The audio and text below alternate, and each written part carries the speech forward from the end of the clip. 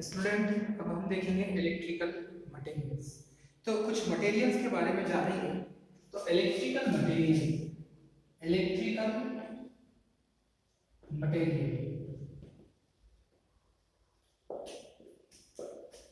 तो ये जो पदार्थ के बारे में हम पढ़ेंगे स्टूडेंट, क्योंकि हमारे इलेक्ट्रिकल में बहुत सारे जो मटेरियल्स हैं वो यूज किए जाते हैं ताकि हम चालक के रूप में, कंडक्टर के रूप में उसका यूज किया जा सके।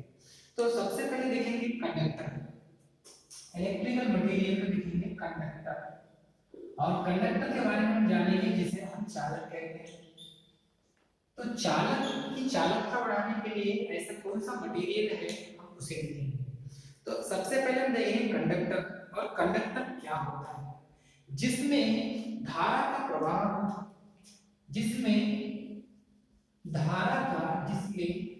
धारा का अर्थात करंट का प्रवाह हो, वो क्या कहलाएगा?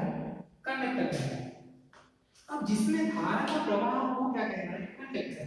ये कोई कंडक्टर है, हमने ये कंडक्टर बनाया, ये चालक, इट मींस कंडक्टर। इसमें जो धारा का प्रवाह होगा, इसे हमने क्या किया? एक बैटरी सोर्स से जोड़ दिया, इसको हम सप्लाई दे दिए प्लस माइनस, ठीक। इसमें धारा प्रवाहित होगी, ये चालक तार है। अब इसमें जो धारा प्रवाह होगी, यदि आप डीसी सप्लाई देते हैं तो इसका जो क्रॉस सेक्शनल एरिया है, ये एरिया क्या है? क्रॉस सेक्शनल एरिया, या इसे कहते हैं अनुप्रस्थ काट क्षेत्रफल। तो इसमें अनुप्रस्थ काट क्षेत्रफल जो होगा, अर्थात इस चालक तार में जब धारा प्रवाहित होगी तो उसके इस पॉइंट पर भी, अंदर वाले पॉइंट पर भी और लास्ट वाले पॉइंट पर भी, अर्थात हम ये निकालेंगे, इसके चारों दिशाओं में निकालेंगे। तो यहाँ पर भी करंट का मान बराबर ही दिखाएगा और यहाँ पर भी करंट का मान बराबर ही दिखाएगा। ये हम बात कर रहे हैं डीसी की, मतलब पूरे सेक्शन एरिया में, पूरे क्षेत्रफल में धारा का जो मान है वो समान रहेगा, एक समान रहेगा।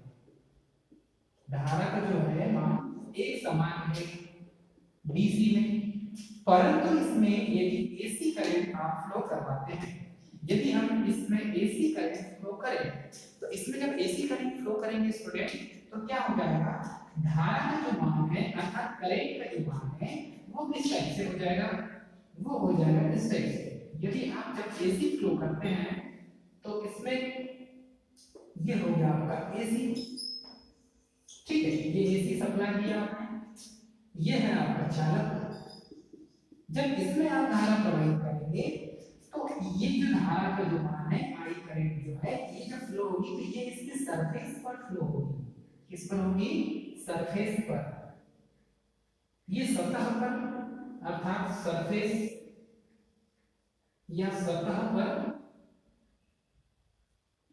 फ्लो होगी।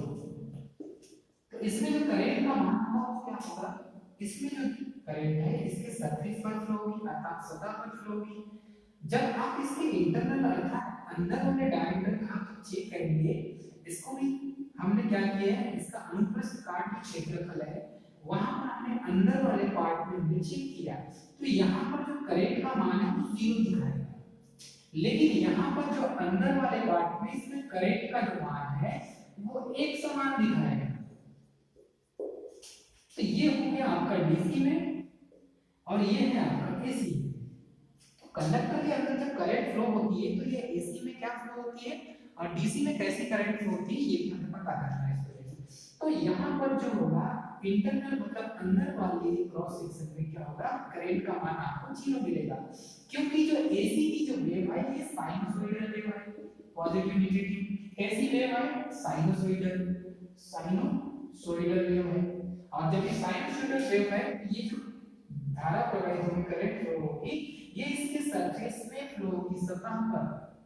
तो सतह पर बहती एसी करंट क्या है? कंडक्टर के सतह पर बहती है। अब इसमें हम देखेंगे कंडक्टर अलग अलग टाइप के होते हैं, जिसमें वैलेंस इलेक्ट्रॉन क्या होगी, इसमें वैलेंस इलेक्ट्रॉन क्या होगी, लेस देन 4। मतलब ये जो वैलेंस इलेक्ट्रॉन की संख्या है, ये संख्या कितनी होना चाहिए, 4 से कम। तो ऐसा कोई पदार्थ होगा जिसमें वैलेंस इलेक्ट्रॉन का मान 4 से कम होगा। तो जिसमें वैलेंस इलेक्ट्रॉन का मान 4 से कम होगा वो क्या कहलाएगा, चालक कहलाएगा। जिसमें वैलेंस इलेक्ट्रॉन का मान 4 से कम होगा वो क्या कहलाएगा, कंडक्टर अर्थात चालक कहलाएगा। और जिसमें धारा का प्रवाह हो क्या कहलाएगा, चालक कहलाएगा। लेकिन यदि हम संरचना के रूप में देखेंगे, उसकी इलेक्ट्रॉन संरचना में देखेंगे तो जो वैलेंस इलेक्ट्रॉन है, यही वैलेंस इलेक्ट्रॉन को जब एक्स्ट्रा एनर्जी देते हैं, क्या देते हैं, एक्स्ट्रा एनर्जी दिया जाता है। हमने एक्स्ट्रा जब एनर्जी दिया तब ये वैलेंस इलेक्ट्रॉन क्या हो जाएगा, ये टूटकर फ्री इलेक्ट्रॉन बदल जाएगा। जब फ्री इलेक्ट्रॉन बदल जाएगा तब इससे धारा प्रवाहित होगी। तो यही जो वैलेंस इलेक्ट्रॉन का मान है वो 4 से कम, मतलब ऐसा पदार्थ या ऐसा चालक जिसमें वैलेंस इलेक्ट्रॉन का मान 4 से कम हो वो चालक कहलाएगा। हमें इतना समझना है। उसके बाद ये अलग-अलग टाइप के होते हैं। तो जो कंडक्टर है अर्थात चालक जो है, इसमें क्या-क्या है आपका, सिल्वर अर्थात चांदी, तांबा कॉपर जिसे कहते हैं, ठीक है, एल्युमिनियम, ठीक है। ऐसे बहुत सारे चालक तार हैं जिन्हें हम लिख सकते हैं। तो ये जो है जो सॉलिड फॉर्म में होते हैं, ठीक है। अब चालक तार को भी ये जो कंडक्टर है इसे 3 फॉर्म में हमें चेंज करना है।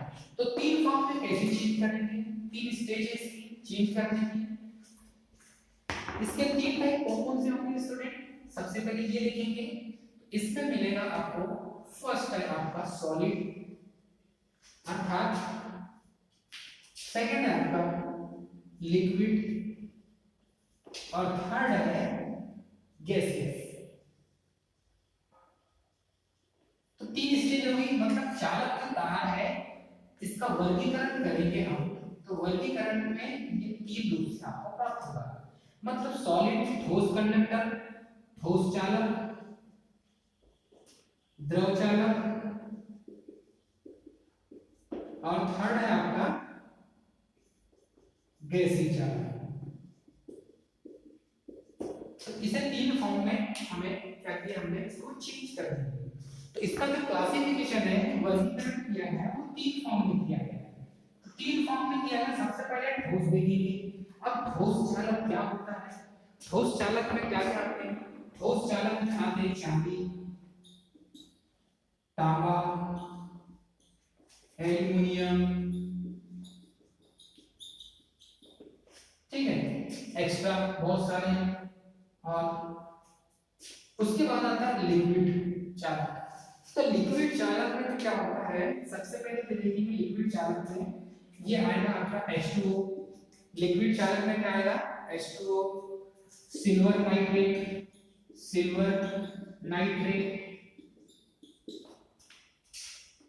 H2O सिल्वर नाइट्रेट, ये किस फॉर्म में आते हैं, द्रव चालक के रूप में आते हैं।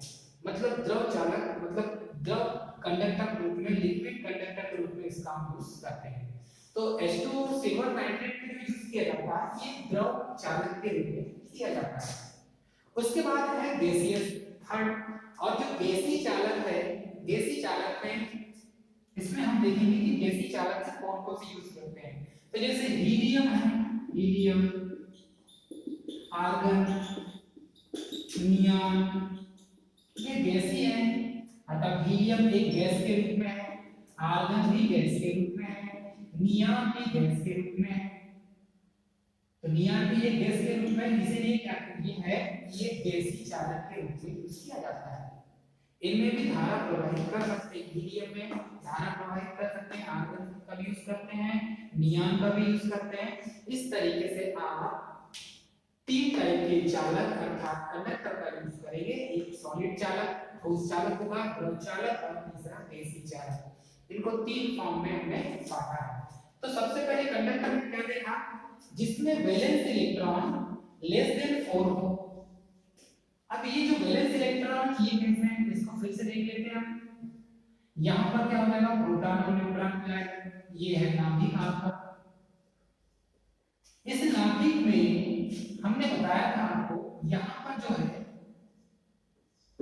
ये है इलेक्ट्रॉन चक्कर लगाते हैं। जब ये इलेक्ट्रॉन ये जो है इस नाभिक से क्या है बंद, मतलब एक फोर्स काम कर रहा है इन दोनों के बीच में, और ये नाभिक से जुड़े हुए हैं इलेक्ट्रॉन। यदि इस कंडीशन में क्या हो जाएगा, ये जो वैलेंस इलेक्ट्रॉन है स्टार्टिंग में क्या रहते हैं, ये स्टार्टिंग में ये रहते हैं वैलेंस इलेक्ट्रॉन, और जब ये वैलेंस इलेक्ट्रॉन लेस देन 4 हो, जिस पदार्थ में वैलेंस इलेक्ट्रॉन लेस देन 4 हो, तो वो बहुत अच्छा कंडक्टर कहलाएगा, चालक कहलाएगा। इसमें जो वैलेंस इलेक्ट्रॉन है इसको जब एक्स्ट्रा एनर्जी देते हैं, एक्स्ट्रा एनर्जी दिया जाता है, तो एक्स्ट्रा एनर्जी देने पर ये क्या होगा, ये फ्री इलेक्ट्रॉन के रूप में टूट जाता है। क्या होगा, फ्री इलेक्ट्रॉन के रूप में टूट जाता है। मतलब ये जो इलेक्ट्रॉन है, इस इलेक्ट्रॉन को अलग से फोर्स दे दी, तो ये वैलेंस इलेक्ट्रॉन जो है ये फ्री इलेक्ट्रॉन के रूप में चेंज हो जाता है, क्योंकि ये नाभिक से जुड़ा हुआ है। नाभिक के साथ इसका एक रिलेशन है, मतलब यहाँ पर एक ऐसा मैग्नेटिक प्रॉपर्टी उत्पन्न होती है, एक ऐसा फोर्स कार्य कर रहा है जिसकी वजह से ये इलेक्ट्रॉन इस कक्ष में चक्कर लगा रहा है। अब इस कक्ष से इसे बाहर निकालना है, तो इसे क्या करना पड़ेगा, एक्स्ट्रा एनर्जी देना पड़ेगा। तो वही जो है यहाँ पर चांदी, तांबा, एल्युमिनियम ये सॉलिड कंडक्टर कहलाते हैं। तो इसमें जो फ्री इलेक्ट्रॉन की संख्या लेस देन 4 हो, तो वो क्या कहलाएगा, चालक कहलाएगा। इसके बाद देखेंगे स्टूडेंट इंसुलेटर। सेकंड क्या है, इंसुलेटर। अब सेकंड इंसुलेटर देखेंगे, इंसुलेटर अर्थात कुचालक या अचालक। तो कुचालक या अचालक में हम क्या देखेंगे, ये जो कुचालक है इंसुलेटर, इसमें सबसे पहले जिसमें धारा का प्रवाह ना हो, जिसमें धारा का प्रवाह ना हो, वो क्या कहलाएगा, अचालक कहलाएगा या कुचालक कहलाएगा। इसे अचालक भी कह सकते हैं, कुचालक भी कह सकते हैं, या इंसुलेटर भी आप कह सकते हैं। तो जिसमें धारा का प्रवाह ना हो वो क्या कहलाएगा, इंसुलेटर या अचालक कहलाएगा, कुचालक कहलाएगा। तो इसमें भी वैलेंस इलेक्ट्रॉन का मान ग्रेटर देन 4 होना चाहिए, मतलब कि ये जो वैलेंस इलेक्ट्रॉन का मान है ये 4 से ज्यादा हो। जिसमें वैलेंस इलेक्ट्रॉन का मान 4 से ज्यादा हो वो क्या कहलाएगा, कुचालक या अचालक कहलाएगा। अब कुचालक या अचालक जब कहलाएगा तो इसके भी इसको भी वर्गीकरण करना पड़ेगा। जैसे हमने चालक को वर्गीकृत किया है वैसे ही कुचालक को भी वर्गीकृत करेंगे। तो ठोस कुचालक भी होता है, द्रव कुचालक भी होता है और गैसीय कुचालक भी होता है। तो इसे क्या करेंगे हम 3 फॉर्म में चेंज करेंगे। कौन कौन से, फर्स्ट, सेकंड और थर्ड। तो फर्स्ट क्या होगा, फर्स्ट है आपका ठोस कुचालक, ठोस कुचालक। सेकंड है द्रव कुचालक और तीसरा है गैस कुचालक या गैसीय कुचालक, या जिसे हम क्या कहते हैं, सॉलिड इंसुलेटर। सेकंड द्रव कुचालक अर्थात लिक्विड इंसुलेटर, और थर्ड है आपका गैसियस इंसुलेटर। तो इन्हें 3 फॉर्म में वर्गीकृत किया गया है। तो ठोस कुचालक जिसका हम यूज करते हैं ये कहलाता है बेकेलाइट। ठोस कुचालक क्या होता है, बेकेलाइट, ठीक है। माइका ये ठोस कुचालक के अंदर आएंगे, जैसे पेपर हो गया, ये भी ठोस कुचालक के अंदर आ जाएगा। अब द्रव कुचालक में हम जब देखेंगे तो जो द्रव कुचालक है उसमें खनिज तेल जो ट्रांसफार्मर के अंदर डाला जाता है, जो ट्रांसफार्मर के अंदर डाला जाता है वो खनिज तेल होता है, जिसे मोबिल ऑयल भी कहा जाता है। खनिज तेल ये द्रव कुचालक में जाता है। ट्रांसफार्मर के अंदर द्रव कुचालक के रूप में खनिज तेल को डाला जाता है। ठीक है, मतलब कूलिंग के लिए यूज करते हैं। जब आगे ट्रांसफार्मर पढ़ेंगे तो उसमें यूज करेंगे। उसके वैसे ही है थर्ड पॉइंट है आपका गैसीय कुचालक। तो गैसीय कुचालक में हम क्या करेंगे, गैस का जो यूज करते हैं गैसीय कुचालक में, इसमें आता है हवा जिसे हम एयर कहते हैं, उसके बाद है नाइट्रोजन, नाइट्रोजन का भी यूज करते हैं। ठीक है, और हाइड्रोजन का भी यूज किया जाता है, और हाइड्रोजन का भी यूज किया जाता है। तो हवा, नाइट्रोजन, हाइड्रोजन ये गैसीय कुचालक के अंतर्गत आते हैं। इनका भी पढ़ना बहुत जरूरी है, क्योंकि हमें ठोस कुचालक मतलब सॉलिड इंसुलेटर के बारे में पता रहना चाहिए, द्रव कुचालक अर्थात लिक्विड इंसुलेटर के बारे में पता रहना चाहिए, और उसके बाद जो थर्ड पॉइंट है जिसको थर्ड पॉइंट क्लासिफिकेशन किया गया है गैसीय कुचालक। गैसीय कुचालक से हम हवा, नाइट्रोजन, हाइड्रोजन इन सब का यूज किया जाता है स्टूडेंट्स। तो अब इसको हम एक तरीके से देखा जाए तो कंडक्टर, इंसुलेटर और उसके बाद देखेंगे हम सेमीकंडक्टर। 3 पॉइंट, क्योंकि चालक, कुचालक और अर्धचालक, अर्धचालक इसे इन मटेरियल्स को 3 फॉर्म में चेंज किया है, मतलब बांटा गया है। तो 3 forms, there are 3 forms to convert in electrical materials. तो इसमें हमने 3 भाग में इसे बांटा है, चालक, कुचालक और अर्धचालक। तो हमने पहले चालक के रूप में देख लिया, चालक देख लिया जिसमें धारा का प्रवाह होता है, कुचालक देख लिया हमने जिसमें धारा का प्रवाह नहीं होता, वो कुचालक कहलाते हैं। फिर जो चालक है ये 3 टाइप के होते हैं, सॉलिड, लिक्विड और गैसीय, मतलब ठोस चालक, द्रव चालक और गैसीय चालक। वैसे हमने इंसुलेटर को देखा, ये धारा का प्रवाह इसमें होता नहीं, और वैलेंस इलेक्ट्रॉन का जो मान है वो ग्रेटर देन 4 होता है, मतलब चार्ज ज्यादा होता है। ये भी, इसे भी वर्गीकरण किया गया है। तो वर्गीकरण जो किया गया है ये कितने 3 टाइप के, ठोस कुचालक, द्रव कुचालक और गैसीय कुचालक। ठोस कुचालक में हम देखेंगे इसमें बेकेलाइट, माइका, पेपर, ठीक है, सिल्यूट इनका यूज किया जाता है। अब थर्ड पॉइंट देखते हैं हम सेमीकंडक्टर अर्थात अर्धचालक। तो सेमीकंडक्टर के बारे में पढ़ेंगे हम दोस्तों।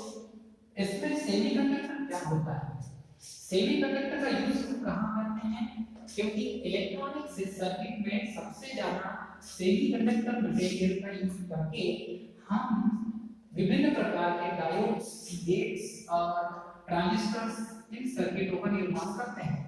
इसीलिए मटेरियल का पढ़ना बहुत जरूरी है, क्योंकि इस मटेरियल का यूज करके ही हम चालक भी बनाते हैं और कुचालक भी बनाते हैं और अर्धचालक भी बनाया जाता है।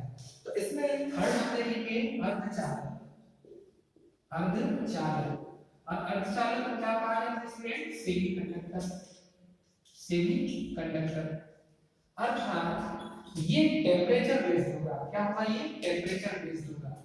इसमें क्या, सबसे पहले हमको देखना पड़ेगा कि टेम्परेचर आप कितना ले रहे हैं, तो ये टेम्परेचर बेस्ड होगा। इसमें ये जो वैलेंस इलेक्ट्रॉन का मान है, ये वैलेंस इलेक्ट्रॉन इक्वल 4 हो जाएगा, मतलब 4 वैलेंस इलेक्ट्रॉन कितना होना चाहिए, इसमें 4 होना चाहिए। जब वैलेंस इलेक्ट्रॉन 4 होगा तो डेफिनेटली वो क्या कहलाएगा, सेमीकंडक्टर मटेरियल कहलाएगा। तो सेमीकंडक्टर का मटेरियल है, सेमीकंडक्टर मटेरियल वो है सिलिकॉन, सिलिकॉन, सेकंड है जर्मेनियम और थर्ड है सेलेनियम। सिलिकॉन, जर्मेनियम और सेलेनियम। तो सेमीकंडक्टर मटेरियल का यूज क्यों करते हैं, इनका यूज करते हैं डायोड्स बनाने के लिए, गेट्स बनाने के लिए और विभिन्न प्रकार के इलेक्ट्रॉनिक्स डिवाइसों का डिजाइन करने के लिए हम सेमीकंडक्टर मटेरियल का यूज करते हैं। ये टेम्परेचर बेस्ड होता है, ठीक है। अब जैसे ही सेमीकंडक्टर मटेरियल का यूज करेंगे तो सेमीकंडक्टर मटेरियल में सबसे ज्यादा सिलिकॉन का यूज मिलेगा आपको, और सेकंड उसके बाद जर्मेनियम का मिलेगा। तो semiconductor material silicon, germanium, arsenic, bismuth इनका यूज किया जाता है। सिलिकॉन, जर्मेनियम, आर्सेनिक, बिस्मथ इनका त्रिसंयोजी और पंचसंयोजी, पंचसंयोजी इन भागों में, इन रूपों में इन्हें वर्गीकरण किया गया है। मतलब त्रिसंयोजी ट्राइवेलेंट और पेंटावेलेंट, पेंटावेलेंट इन ग्रुपों में यह वर्गीकृत किया गया है। ये हो जाएगा ट्राइवेलेंट, ट्राइवेलेंट, और ये हो जाएगा आपका पेंटावेलेंट। तो त्रिसंयुजी और पंचसंयुजी इसमें ग्रुप में से डिवाइड किया गया है। इसमें अशुद्धि को मिलाया जाता है, सिलिकॉन में अशुद्धि को मिलाया जाएगा, अशुद्धियां को मिलाया जाएगा। जब अशुद्धियों को इसमें मिलाएंगे सिलिकॉन के साथ, तब ये Pn Np या PnP टाइप का सेमीकंडक्टर मटेरियल बनेगा। तो P और N को दोनों को मिलाएंगे तो Pn टाइप सेमीकंडक्टर मटेरियल बनेगा। N को P से मिलाएंगे तो Np टाइप सेमीकंडक्टर मटेरियल बनेगा, अर्थात अर्धचालक बनेगा। और PnP मतलब तीनों को आप एक साथ मिलाएंगे तो PnP या NPN सेमीकंडक्टर मटेरियल मतलब अर्धचालक बनेगा। तो इस तरीके से स्टूडेंट हम इसे समझ सकते हैं। सिलिकॉन, जर्मेनियम, आर्सेनिक, बिस्मथ और सेलेनियम का यूज करके आप सेमीकंडक्टर मटेरियल का निर्माण कर सकते हैं।